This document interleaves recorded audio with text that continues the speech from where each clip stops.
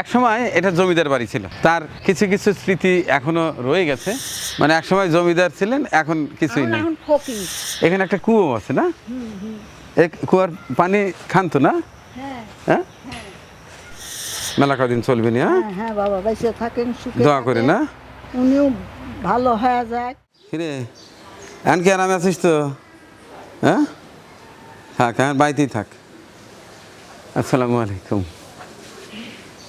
এইগুলো আমার খামারে ছিল, অর্থাৎ এই সিটটা আর সিটটার মা সুন্দরী। তো ওইখানে আসলে শ্রমিকদের অবহেলার কারণে কেমন জানি মনে হচ্ছিল যেন অসুস্থ হয়ে পড়ছে। আমি তেমন একটা সময় দিতে পারি না খামারে, যে কারণে কেমন যেন ছাগলগুলো এখন অসুস্থ হয়ে পড়ছিল, যে কারণে এই যে বাসায় নিয়ে আসছি।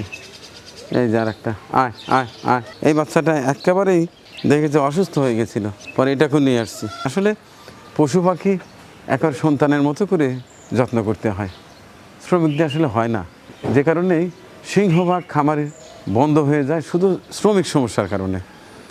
তা আমিও পড়েছি সেই বিপাকেই, কারণ বাসা থেকে খামারটা একটু দূরে, আমারও বিভিন্ন কাজ করতে হয়। এই যে এখনও যাচ্ছি এক অসহায় মার বাড়িতে। চলুন যাওয়া যাক। আল্লাহ, চলো।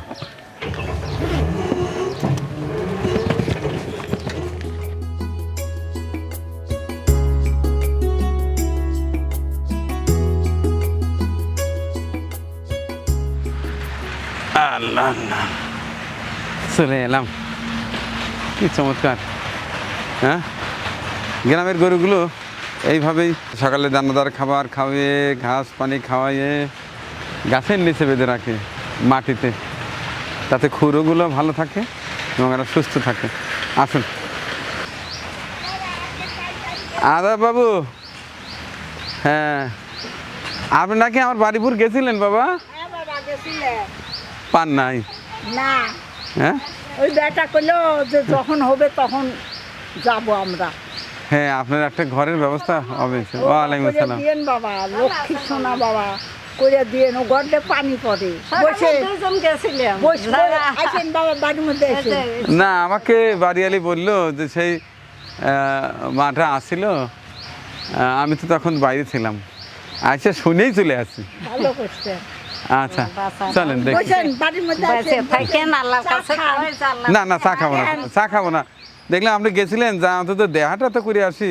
এক সময় এটা জমিদার বাড়ি ছিল, তার কিছু কিছু স্মৃতি এখনো রয়ে গেছে। এই যে দেখুন, এই জমিদার বাড়ির ওই সময়কারই ভবন, তাই না? হ্যাঁ, ওই যে মন্দির এটা, হ্যাঁ হ্যাঁ। ওই যে আচ্ছা, এই ঘরটা কত বছর আগের?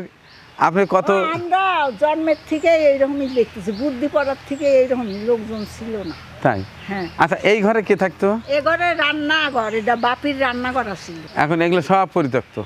আচ্ছা, আপনার কাছে মনে আছে না যে আপনি যখন ছোট ছোট, হ্যাঁ।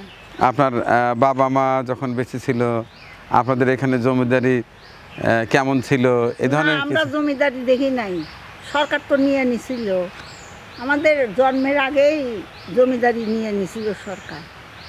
আচ্ছা, আপনি তো বিয়ে থা করেন নাই, না, আপনার বংশের কে কে আছে এখন?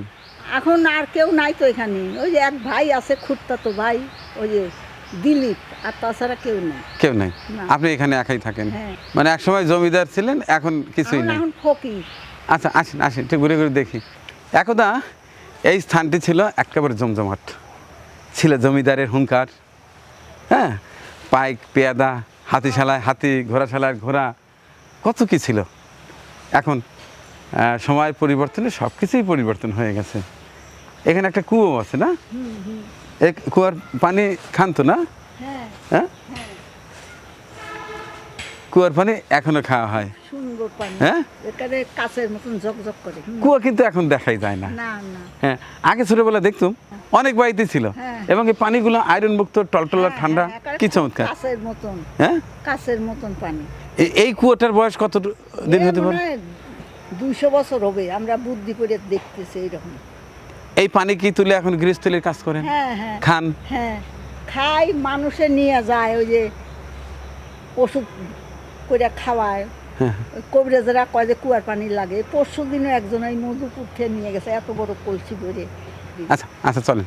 আসেন। এখন চাইলে এইটাই হচ্ছে আপনার এখন থাকার ঘর। হ্যাঁ হ্যাঁ? হ্যাঁ হ্যাঁ মহান সৃষ্টিকর্তার নীলা খেলা বোঝা কঠিন।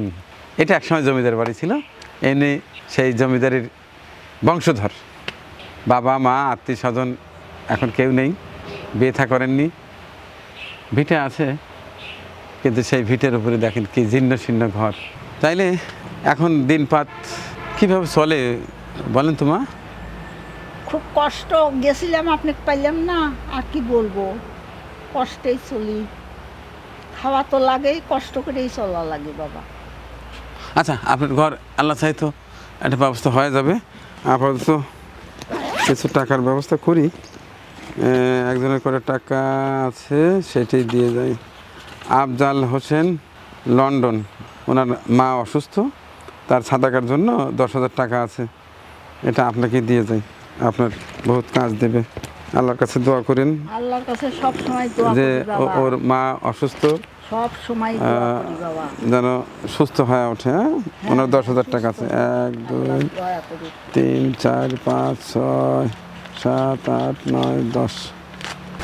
বেঁচে থাকেন, সুখে এই যে। থাকেন বাবা। 1000 টাকার নোট। এই যে 1 2 3 4 5 6 7 8 9 10, মেলা কদিন চলবে না। হ্যাঁ, হ্যাঁ হ্যাঁ বাবা, বেঁচে থাকেন, সুখে দোয়া করে থাকেন। না। উনিও ভালো হয়ে যায়, হুম। সে মাও ভালো হয়ে যায়। আর আপনার ঘরটা আমি ব্যবস্থা করবো না, হ্যাঁ, বাবা। আপনি টেনশন একটু করেন না। বারান্দা দিয়ে দিয়েন বাবা, একটু বারান্দা দিয়ে দিয়েন। আচ্ছা, এক ধাক্কা না হলে 2 ধাক্কা বান্ধা দেবো না, অসুবিধা কি? আচ্ছা বাবা, আগে ঘরটা হোক, হ্যাঁ হ্যাঁ একটা ঘরের বাজেট আমার কাছে আছে, আচ্ছা আগে আমি ঘরটা দেই, আমি চেষ্টা করব দেখি একসাথে জোড়াতালি দিয়ে যদি বারান্দাও দিতে পারি।